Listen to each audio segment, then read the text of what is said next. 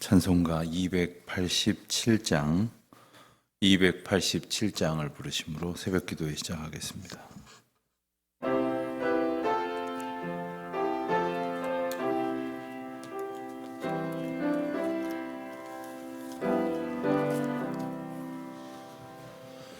예수 앞에 나오면 죄사함 받으며 주의 품에 안기어 편히 쉬리라. 우리 주만 믿으면 모두 구원 얻으며 영생 복락 면류관 확실히 받겠네. 예수 앞에 나와서 은총을 받으며 마음의 기쁨 넘치어 감사하리라.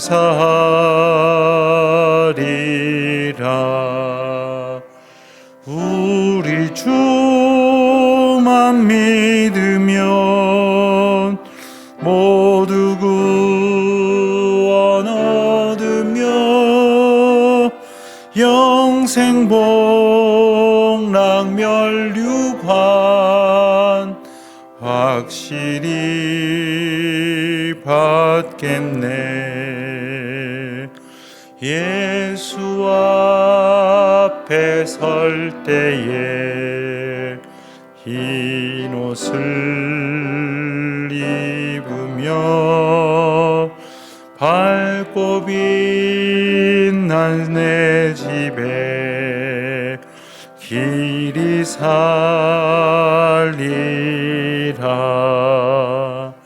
우리 주만 믿으면 모두 구원 얻으며 영생 복락 면류관 확실히 받겠네. 기도하시겠습니다. 하나님 아버지, 주님의 은혜와 크신 사랑을 감사드립니다. 지난 여러 날 동안 명절 연휴를 잘 보낼 수 있도록 은혜를 베풀어 주시고 저희들에게 쉼을 통하여 힘을 더하여 주시고 또 명절을 맞이하여 흩어졌던 가족들이 함께 모여 또 서로 교제하며 또 그간에 하나님께서 각 가정과 각 가족들에게 주셨던 은혜와 평강을 나누며 문안할 수 있도록 인도하여 주신 것을 감사드립니다. 때로는 저희들이 소중한 관계의 은혜를 다 알지 못할 때가 있습니다마는 더러는 힘들어하기까지 할 때가 있습니다마는 하나님께서 사랑하는 가족들을 통하여 저희들이 자라게 하시고 또한 때로는 격려받고 위로받고 또 함께 중보하게 하시오니 그 크신 은혜와 사랑을 인하여 감사를 드리오며 또한 저희도 주님께서 주신 가족 간의 사랑을 통한 은혜를 널리 전하며 또한 우리 다음 세대들에게 잘 가르칠 수 있도록 은혜를 베풀어 주시기를 기도드립니다. 하나님, 특별히 연휴 기간 동안에 많은 사람들이 가족 친지들을 만나느라 이동하였습니다. 그 가운데에 또한 저희들에게 생긴 염려는 이 코로나 변이 바이러스가 더 창궐하게 될까 봐 걱정하는 그러한 이야기들을 서로 많이 나누게 됩니다. 하나님, 정말 끝을 알 수 없을 것 같은 이 코로나 감염병의 현실 속에서 저희들이 좀 더 조심하고 또한 그러면서도 하나님의 인도하시는 은혜와 뜻이 무엇인지를 겸손히 구하며 또 하나님께서 이 시대 가운데에 저희로 하여금 기도하게 하시고 깨닫게 하시며 믿음으로 하나님 앞에 고백해야 할 것들이 무엇인지를 생각하는 귀한 시간이 되게 하여 주시기를 기도드립니다. 세계적인 문제가 되었고 세계적인 상황 가운데 있기에 저희들만 잘한다고 될 문제가 아님을 또 하나 압니다. 하나님의 은혜와 긍휼을 베풀어 주셔서 하나님의 치유하시는 손길 그리고 온전케 하시는 은혜를 이 땅에 있는 모든 사람들이 깨닫게 하시고 또한 소원하게 하여 주시기를 기도드립니다. 하나님, 여러 가지로 어려운 형편 중에 있는 이들이 많이 있습니다. 코로나로 인하여 경제적인 위기를 겪고 있는 그러한 계층들이 있습니다. 이전보다 더 힘겨워진 시절들을 고통 가운데 보내는 이들이 있습니다. 하나님, 서로 돌아보아 위로하게 하여 주시옵시고 또한 형제가 연합하여 하나님의 은혜 가운데에 주님의 사랑으로 온전하여지는 복을 가까이에 있는 공동체의 구성원들과 먼저 나눌 수 있도록 인도하여 주시기를 기도드립니다. 하나님, 연휴 기간 동안에도 쉼없이 교회 건축을 위하여 수고하고 애쓴 종들이 있습니다. 하나님, 그 마음 가운데에 하나님의 권능을 더하시고 하나님의 위로를 베풀어 주시옵시고 또한 아름다운 교회의 건축물만이 세워지는 것이 아니라 또한 성도들의 몸된 교회가 하나님의 은혜 안에 바르게 세워질 수 있도록 은총을 더하여 주시기를 기도드립니다. 저희들이 부족하기에 저희들이 하나님의 온전하신 은혜를 경험하는 귀한 기도의 시간이 되게 하여 주시옵시고 온 성도들이 하나님의 몸된 교회가 또한 거룩하여지는 하나님의 은혜를 힘입어서 선교적 교회로 또한 이웃을 섬기는 교회로 무엇보다도 우리 다음 세대를 잘 가르치고 믿음 안에서 인도하는 세대로 그러한 교회로 굳건히 서 나아갈 수 있도록 은혜를 베풀어 주시기를 또한 기도드립니다. 하나님, 특별히 어린 자녀들을 둔 가정들을 위해서 기도하오니 여러 가지로 걱정스러운 가운데에 특별히 우리 자녀들이 힘든 학업의 과정 가운데에서 부모님들의 기도가 더욱더 주님의 주시는 은혜를 사모하는 믿음을 구하고 온전히 하나님의 은혜를 구하는 기도가 되게 하여 주시옵시고 또 우리 자녀들이 부모님의 기도 가운데에 이 어려운 때를 함께 말씀과 기도로 잘 지나갈 수 있도록 저들 가운데에 믿음 위의 믿음을 온전히 하여 주시기를 기도드립니다. 하나님, 아직도 그치지 아니하고 있는 전쟁의 소문들이 있습니다. 하나님께서 함께하여 주셔서 이 땅에 진정한 평안과 평강을 주실 분은 오직 주님이심을 의심 없이 믿고 구하게 하여 주시옵소서. 하나님, 세계가 저마다의 이 가운데에 충돌하고 갈등하고 있지만 그 모든 것 위에 하나님의 주권이 있음을 믿는 자로 고백하게 하여 주시옵소서. 아버지 하나님, 도처에 흩어진 우리 교우들 어떠한 형편 가운데 있든지 안보하여 주시옵시고 주님이 주시는 평강과 은혜를 누리기에 부족함이 없게 하여 주시옵소서. 어려운 상황일수록 병들고 고통하고 경제적으로 곤궁하고 그리고 무엇보다도 힘겨운 시대를 살아갈 때일수록 더욱 주님 의지하게 하실 때에 위로부터 주시는 하나님의 간섭하심과 도우심을 경험할 수 있도록 은혜를 베풀어 주시기를 기도드립니다. 마음 상한 자들이 있습니까? 위로하여 주시옵시고 공연한 것으로 인하여 근심하고 있는 이들이 있습니까? 하나님의 평강을 덧입혀 주시옵소서. 오늘도 오직 주의 말씀을 사모하며 기다릴 때에 주님께서 깨닫게 하시는 은총을 베푸시사 우둔한 저희들이 주의 말씀에 귀를 열고 또 눈을 뜨고 마음으로 충만케 되어져서 그 말씀의 은혜로 기쁘고 복된 날이 되게 하여 주옵소서. 감사드리오며 우리 주 예수 그리스도의 이름으로 기도하옵나이다. 아멘. 누가복음 말씀을 계속해서 보겠습니다. 누가복음 9장 37절부터 50절까지 말씀을 봉독합니다. 누가복음 9장 37절로부터 50절까지 말씀 이제 한 목소리로 봉독하시겠습니다. 이튿날 산에서 내려오시니 큰 무리가 맞을새 무리 중에 한 사람이 소리질러 이르되 선생님, 청컨대 내 아들을 돌보아 주옵소서. 이는 내 외아들이니이다. 귀신이 그를 잡아 갑자기 부르짖게 하고 경련을 일으켜 거품을 흐리게 하며 몹시 상하게 하고야 겨우 떠나가나이다. 당신이 제자들에게 내쫓아 주기를 구하였으나 그들이 능히 못하더이다. 예수께서 대답하여 이르시되 믿음이 없고 패역한 세대여, 내가 얼마나 너희와 함께 있으며 너희에게 참으리요. 내 아들을 이리로 데리러 오라 하시니 놀 때에 귀신이 그를 거꾸로 뜨리고 심한 경련을 일으키게 하는지라. 예수께서 더러운 귀신을 꾸짖으시고 아이를 낫게 하사 아버지에게 돌어주시니 사람들이 다 하나님의 위엄에 놀라니라. 그들이 다 그 행하시는 모든 일을 놀랍게 여길세 예수께서 제자들에게 이르시되 이 말을 너희 귀에 담아두라. 인자가 장차 사람들의 손에 넘겨지리라 하시되 그들이 이 말씀을 알지 못하니 이는 그들로 깨닫게 못하게 숨긴 바 되었습니다. 또 그들은 이 말씀을 묻기도 두려워하더라. 제자 중에서 누가 크냐 하는 변론이 일어나니 예수께서 그 마음에 변론하는 것을 아시고 어린아이 하나를 데려다가 자기 곁에 세우시고 그들에게 이르시되 누구든지 내 이름으로 이런 어린아이를 영접하면 곧 나를 영접함이요 또 누구든지 나를 영접하면 곧 나를 보내신 이를 영접함이라. 너희 모든 사람 중에 가장 작은 그가 큰 자니라. 요한이 여짜오되 주여 어떤 사람이 주의 이름으로 귀신을 내쫓는 것을 우리가 보고 우리가 함께 따르지 아니하므로 금하였나이다. 예수께서 이르시되 금하지 말라. 그를 반대하지 않는 자는 너희를 위하는 자니라 하시니라. 아멘.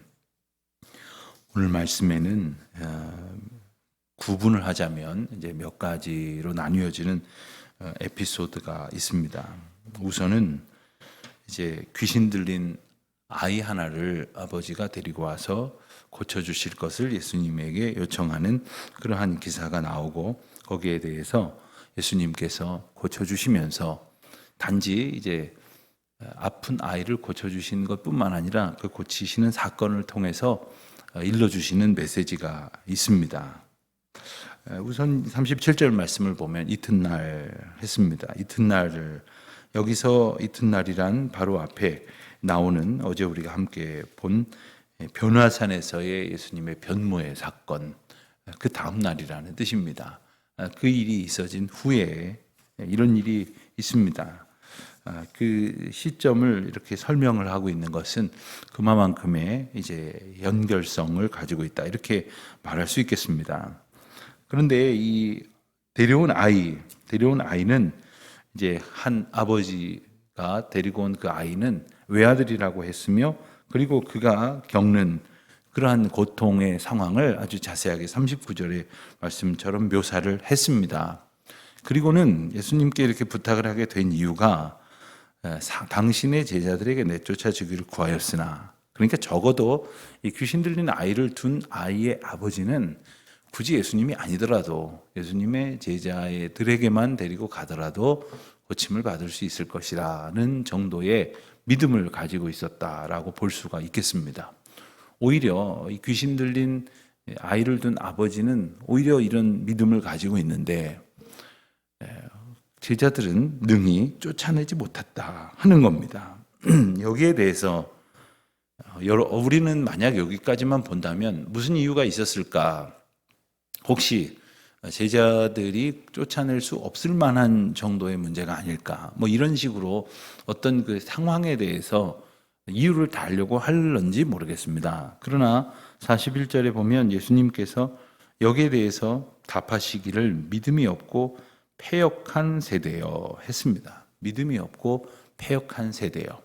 여기서 믿음이 없고 패역한 세대여라고 말씀하실 때에 주 대상이 제자들인지 아니면은 그 아버지인지 아니면은 개연성은 적으나 그 아이인지 혹은 그곳에 있는 모든 사람들을 통칭하는 것인지 명확하진 않습니다만 앞뒤의 상황과 제자들이 믿음으로 다가온 그 아버지의 아들을 고치지 못한 것을 보고 또한 그 제자들이 이전과 이후에 보였던 행동과 그리고 그 행동들에 대해서 예수님께서 책망하신 말씀들을 통해 보건대 이것은 제자들을 향해 하신 말씀이라고 보아야만 할 것이겠습니다.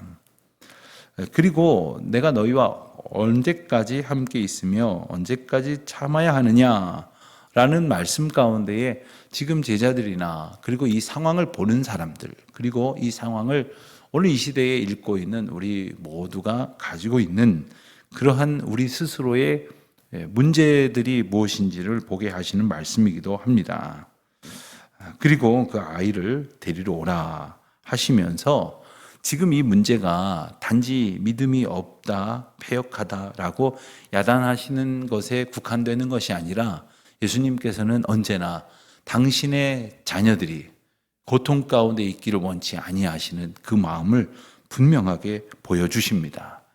지금 사실 이 한 아이를 고치는 것이 많은 사람들을 고치는 일 가운데 하나 정도로 여겨질런지 모르고 또 지금 상황 가운데에서 예수님이 지금 변화산에 다녀오시는 그런 상황임을 감안했을 때 제자들이 적어도 이전과는 다른 어떤 믿음의 모습을 보여야만 했지 않았겠습니까? 마치 모세가 이제 시내산에 십계명을 받으러 올라갔다가 내려왔더니 그 백성들이 거기서 그야말로 난장판을 벌이면서 믿음과 떠나 있는 그런 행동을 보였을 때에 책망하신 그러한 느낌을 가질 정도의 그러한 말씀을 하시는 것을 보게 됩니다. 그리고는 단지 그 문제에 한정하지 아니하시고 지금 귀신 들려서 고통하고 있는 그 아이를 데리고 오셔서 정말 제자들이 노력했던 것으로 추정하는 바에 비하면 아주 간단하게 그와 같은 능력의 주님이 그와 같은 사랑으로 귀신을 꾸짖고 아이를 낫게 하시고 그 아이에게 아버지에게 그 아이를 도로 주었다. 이런 표현으로 그 아이가 깨끗하게 되었다 하는 사실을 보여주십니다. 그리고 43절에 보는 대로 사람들이 다 하나님의 위엄에 놀라니라. 그러니까 여기서 예수님의 그 사건을 통해서 하나님의 위엄을 보았다. 이것이 하나님께서 우리에게 그리고 이 말씀을 통해서 백성들에게 주시려는 메시지였습니다. 그런데 단지 귀신이 떠나갔다, 병이 고쳐졌다, 상황이 바뀌었다, 놀랄만한 일이 벌어졌다라고만 보는 그리고 그것만을 쫓으려는 그 믿음 없는 세대에서 아마도 제자들이 왜 고치려고 하지 않았겠습니까? 뭐 여러 가지 방법을 썼겠죠. 성경은 자세하게 전하고 있지 않습니다만 제자들이라고 뭘 안 해보려고 했겠습니까만은 아마도 하나님의 위엄에 의지하지 않고 자기들이 본 것을 자기들의 수준에서 행하려고 했었던 그런 면모와 함께 그리고 아마도 42절 말씀을 또한 통해서 우리가 조금 추정해 본다면 이 아이의 형편을 아버지가 설명했던 그 상황과 다름없는 그러한 그 발작과 귀신 들림의 어떤 현상들이 그 자리 앞에서도 보여졌을 수 있을 것으로 여겨집니다. 그러니까 이제 이 아이가 이런 아픔이 있습니다. 이런 발작이 있습니다. 하는 그 발작이 눈앞에서 직접 보여지니까 아마도 온전한 믿음으로 제자들이 영적인 하나님의 은혜만을 온전히 사모하지 못한 채 마치 물이 일렁이는 것을 보면서 베드로가 도로 두려움에 빠졌던 것 같은 그러한 모습이 있었을 것이라고 생각할 수가 있겠습니다.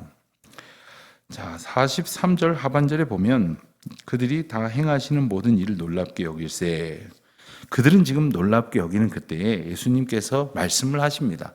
그러니까 지금 그들이 놀랍게 여기는 것에 예수님이 말씀하시는 이유를 우리는 생각을 해야 됩니다. 그 말씀은 바로 44절 45절에서 말씀하신 것처럼 예수님께서 십자가의 고난을 당하실 일과 그리고 죽으시고 사흘 만에 부활하실 일에 대한 말씀입니다.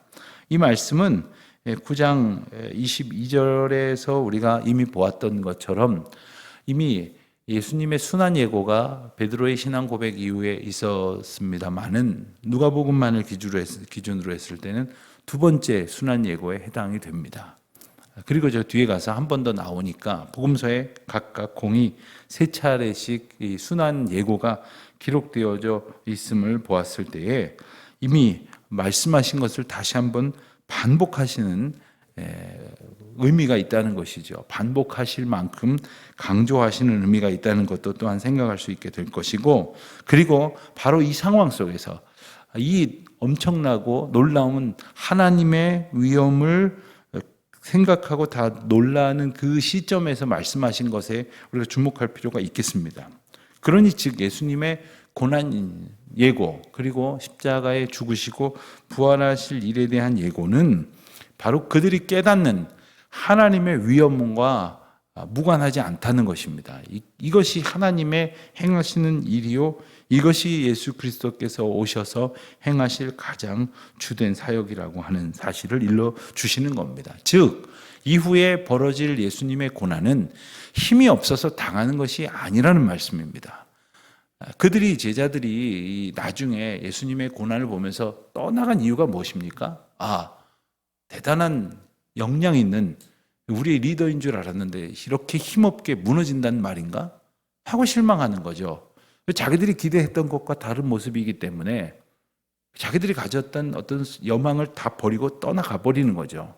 그때에 지금 우리가 오늘 읽은 이 말씀과 이 상황을 기억했다라면 예수님께서 힘이 없어서 그렇게 고난을 당하시고 그렇게 십자가를 지신 것이 아니라는 사실을 그들이 기억했다면 그들은 십자가 곁에서 그렇게 허망하게 실망하거나 아니면 돌을 던지는 무리들과 함께 예수님을 손가락질하는 대열에 막연히 합류하지는 않았을 것입니다. 우리가 하나님의 말씀을 마음에 새겨야 할 이유가 여기에 있습니다. 지금은 이 메시지가 있어도 없어도 별 차이가 없는 듯하지만 언젠가는 이 메시지를 붙드느냐에 따라서 그 믿음의 자리를 지킬 수가 있게 될 것이고, 그것을 놓치느냐에 따라서 그 자리에서 주저앉고 절망하게 된다는 것을 우리가 기억해야 합니다. 하나님 말씀이 우리 마음 가운데 새겨지고 주님의 말씀, 오늘 들려진 말씀이 하나님의 때에 생각나는 은혜를 우리가 사모해야 하는 것을 특별히 이 말씀을 통해서 기억하게 됩니다.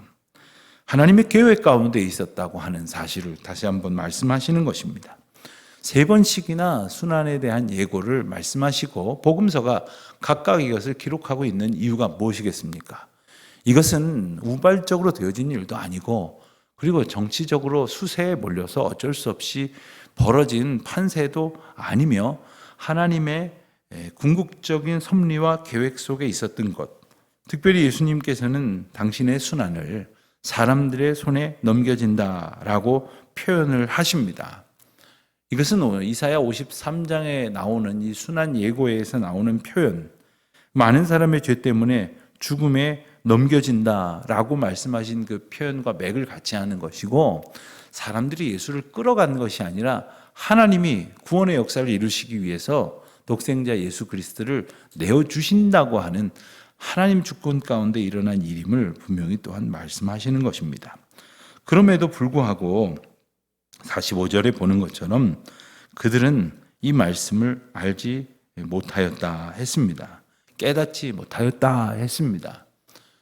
참 알듯 모를 듯한 표현이 나옵니다. 깨닫지 못하게 숨긴 바 되었음이라고 말씀을 하십니다.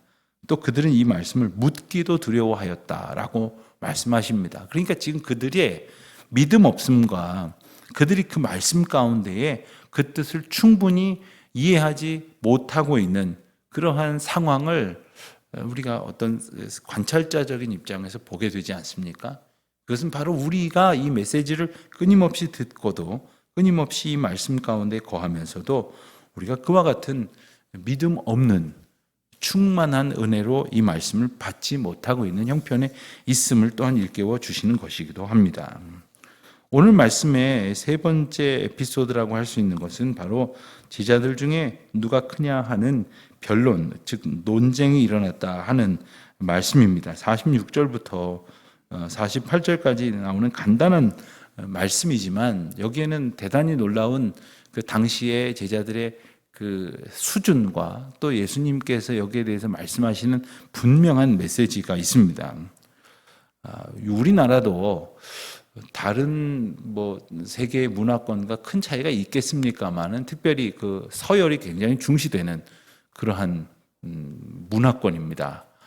명절 같은 때 보면 요즘이야 그렇지 않겠습니다만 예전에는 앉을 때에도 누가 먼저 앉고 누구 다음에 누가 앉고 뭐 이런 것들 아주 중시 여기는 그러한 집들 보았습니다. 아주 오래전에 제가 어느 가정에 추도 예배를 드리러 갔는데 그 방에 식구들이 많이 모여 앉아있는 그 자리 정하는데 한 5분 걸리더라고요. 그거 고쳐하느라고 한참 일어났다 앉았다 막 그러더라고요. 그렇습니다. 이 유대 사람들도 그런 면이 있는데 그러다 보니까 이 제자들이 12명 이상이나 되는 사람들이 몰려 다니다 보니까 때로는 이런 문제로 갈등이 있었을 거예요. 저녁마다 아마 어딘가에 이제 유숙하기 위해서 누군가의 집이 아니면 낯선 숙박시설에 머물러야 했을 것이고 그럴 때마다 번듯한 곳은 아마 종들이 나와서 순서대로 발을 닦아줄 것인데 누가 먼저 그 서비스를 받느냐 뭐 이런 것부터 누가 더 좋은 방 뭐 혹은 좋은 자리에 앉고 눕고 쉬느냐 이런 것에 이르기까지 뭐 먹을 것을 나누어줘도 누구 먼저 챙기느냐 이런 것에 이르기까지 누구는 앉아서 받아먹고 누구는 일어나서 서둘러서 챙겨주느냐 뭐 수도 없이 많은 경우에 그런 일들을 경험했을 것이고 그럴 때마다 누가 더 크냐 누가 더 높으냐 이런 논쟁을 얼마든지 했을 것입니다. 아마 이것만 가지고도 제자들 사이에서는 아마 책 한 권은 나올 정도의 에피소드가 있었을 것입니다. 그 결론은 뭐냐? 섬기는 결론이 아니라 누가 크냐는 논쟁의 결론이 되고 말았습니다. 이것이 예수 그리스도께서 섬김을 받으러 오신 것이 아니라 섬기러 오신 것이라는 말씀을 하시고 그것을 한두 번 말씀하셨겠습니까? 그렇게 가르치셨는데 그 모습을 본 제자들에게서 나왔던 모습이었다 하는 것이죠. 예수님께서는 48절에 이르시는 대로 한 어린아이를 세워서 그 어린아이를 대하는 태도, 그 어린아이와 같은 태도, 그리고 그 사람들을 대하는 태도를 통해서 지극히 작은 자가 큰 자가 되는 것이다 라는 말씀과 크고자 하는 자는 작아질 것이라는 말씀, 이것을 통한 하나님 나라의 원리를 일깨워 주십니다. 자, 그리고 나서 또 한 가지 에피소드가 오늘 말씀에는 이어집니다. 그것은 바로 49절, 50절에 나오는 대로 요한이 예수님 앞에 나와서 어떤 이야기를 합니다. 그것은 어떤 사람이 주의 이름으로 귀신을 내쫓는 것을 우리가 보고 우리가 함께 따르지 아니함으로 금하였나이다. 아마도 단순한 보고라기보다는 잘했지 않습니까? 뭐 이런 소리를 그런 태도로 말하고 있는 것은 아닌가 하는 그런 궁금함도 듭니다. 그런데 지금 여기에서 보면 주의 이름으로 귀신을 내쫓았다고 했습니다. 그러니까 요한 자체도 이 행위 자체가 가지고 있는 그 영적 정당성에는 큰 문제가 있어 보이지 않았다는 것을 알았을 겁니다. 그런데 그가 금하였던 이유는 뭡니까? 우리와 함께 따르지 아니함으로, 주를 따르지 아니함으로가 아니라 우리와 함께, 여기에 우리라고 하는 표현이 누구를 따른다는 표현은 오히려 생략도 있지만 우리와 함께 있지 아니하였다는 그 이유를 들어서 금하였다. 요한은 지금 대단히 중요한 착각을 하고 있습니다. 자신이 금할 수 있는가에 대한 스스로 판단을 이미 내리고 있었습니다. 그리고 그것을 금하느냐 그렇지 않느냐의 기준이 바로 여기에 부여된 영적 어떤 그 정통성이 아니라 누구와 함께 그들이 무리를 짓고 있느냐에 두고 있다는 겁니다. 그러니까 우리와 함께, 즉 나와 함께 내 편이면 오케이, 남의 편이면 주님의 이름으로 귀신을 쫓아내는 것임에도 불구하고 그것은 옳지 않다 이렇게 여겼다는 거 아닙니까? 그런데 이 말씀을 보면서 우리가 조금 전에 살펴본 대로 제자들이 보였던 모습을 떠올리지 않을 수 없습니다. 제자들은 귀신 들린 아이 하나를 데리고 온 아버지 앞에서 그 귀신을 쫓아내지 못해서 예수님께로부터 믿음이 없는 패역한 세대라는 책망을 들었습니다. 그럼에도 불구하고 자기들은 그 귀신 하나도, 그 어린아이 하나도 고치지 못해서 예수님께 책망을 들어놓고 주님의 이름으로 귀신을 쫓는 능력을 행했던 이들을 자기들과 함께 다니지 않았다고 금하였다니. 그리고 그것을 어떤 톤으로 이야기했는지 모르지만 예수님 앞에 이렇게 보고하고 있다니. 그 보고를 들으시는 예수님의 마음은 또 어떠셨을까 하는 생각을 하게 됩니다. 우리 교회는 그런 말들을 하시는 걸 제가 못 들어봤습니다만은 더러 교회들이 보면 교회와 교회들을 이렇게 보면 어떤 교회가 열심히 하는 것을 또 어떤 교회는 별로 그렇게 관심을 두지 않는 그런 경우가 있습니다. 근데 가령 어떤 교회가 뭔가를 열심히 했는데 거기에 대한 반향이 좋고 성과도 있고 그리고 남들한테 칭찬하는 소리도 듣고 그들이 기대했던 것 이상의 어떤 성과도 낼 때가 있습니다. 근데 그런 모습을 보면서 다른 교회들이 저 교회가 쓸데없는 거 한다. 교회가 왜 저런 걸 하냐? 뭐 이러면서 비판적으로 말할 때가 있어요. 근데 그것이 오늘 말씀을 기준으로 보았을 때 주의 이름으로 귀신을 쫓는 일이면 그것이 하나님의 은혜 가운데서 소중하게 쓰임받는 줄 알아야 되는데 자기들이 하는 일이 아니라고 해서 자기들이 중요하게 여기는 일이 아니라고 해서 심지어 자기들이 못하는 일을 한다고 해서 그 이상한 일을 한다. 교회가 왜 저런 일을 하느냐. 이런 식으로 말하는 경우가 종종 있습니다. 못하면 칭찬이나 할 일이지. 자기들도 나중에 그런 거 하게 되면 하면 그만이지. 그런 생각을 하게 되는 일이 교회만 있는 게 아니에요. 교회 안에서도 그런 일이 있어요. 어떤 부서는 그런 걸 잘하는데 어떤 부서는 하지도 않으면서 못해요. 그러면서 왜 저런 거에 그렇게 온갖 신경을 쓰느냐고, 왜 교회 돈을 갖다 쓰느냐고, 뭐 이러면서 혼란하는 경우들이 혹시 있지 않습니까? 개인들도 마찬가지예요. 열심히 봉사하고 열심히 수고하는 사람이 있는데 참 요란하게 군다고. 혼자만 그렇게 봉사하면 다른 사람은 뭐가 되냐고. 그걸 말이라고 하는 거예요. 근데 그럴 때가 있어요. 중요한 건 뭡니까? 우리가 과연 주의 이름으로 주님이 주신 능력 가운데에서 순종하며 행하고 있는가? 예수님께서 여기에 대한 대단히 중요한 그 말씀을 50절에 하십니다. 금하지 말라. 이렇게 말씀하시면서 반대하지 않는 자는 너희를 위하는 자니라. 그러니까 누가 우리 쉽게 말하면 애들 편으로 하면 누가 내 편인지 누가 우리 편인지를 아주 명확하게 가르는 말씀을 하세요. 반대하지 않는 사람. 그러니까 아무나 적으로 돌리지 말라는 거예요. 단 반대하는 사람하고는 연합하지 말라는 거예요.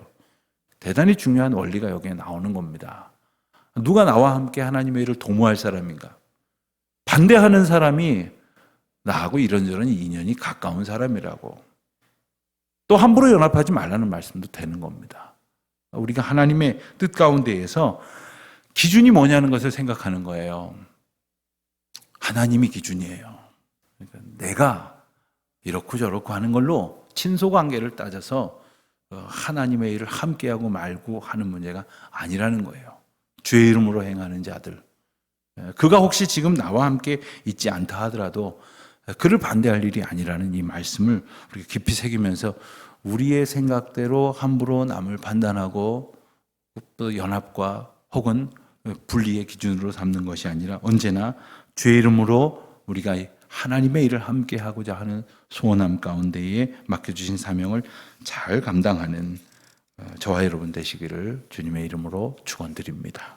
기도하시겠습니다. 하나님 아버지, 주님의 은혜를 감사드립니다. 저희들이 보잘것없는 생각 속에서 한 줌 되지도 아니하는 권력욕을 가지고 이런 배타적인 태도를 가지고 그래서 예수님과 함께 다니는 제자들과 또한 다름없는 그러한 부질없는 생각 속에 사로잡혀 있을 때가 참 많이 있습니다만은 오직 우리를 인도하시는 예수님의 그 뜻 가운데 합당하게 순종하고 준행하는 죄 온전한 백성들 다 되게 하여 주시기를 기도드립니다. 감사하며 예수님의 이름으로 기도하옵나이다. 아멘. 하늘에 계신 우리 아버지, 아버지의 이름을 거룩하게 하시며 아버지의 나라가 오게 하시며 아버지의 뜻이 하늘에서와 같이 땅에서도 이루어지게 하소서. 오늘 우리에게 일용할 양식을 주시고 우리가 우리에게 잘못한 사람을 용서하여 준 것 같이 우리 죄를 용서하여 주시고 우리를 시험에 빠지지 않게 하시고 악에서 구하소서. 나라와 권능과 영광이 영원히 아버지의 것입니다. 아멘.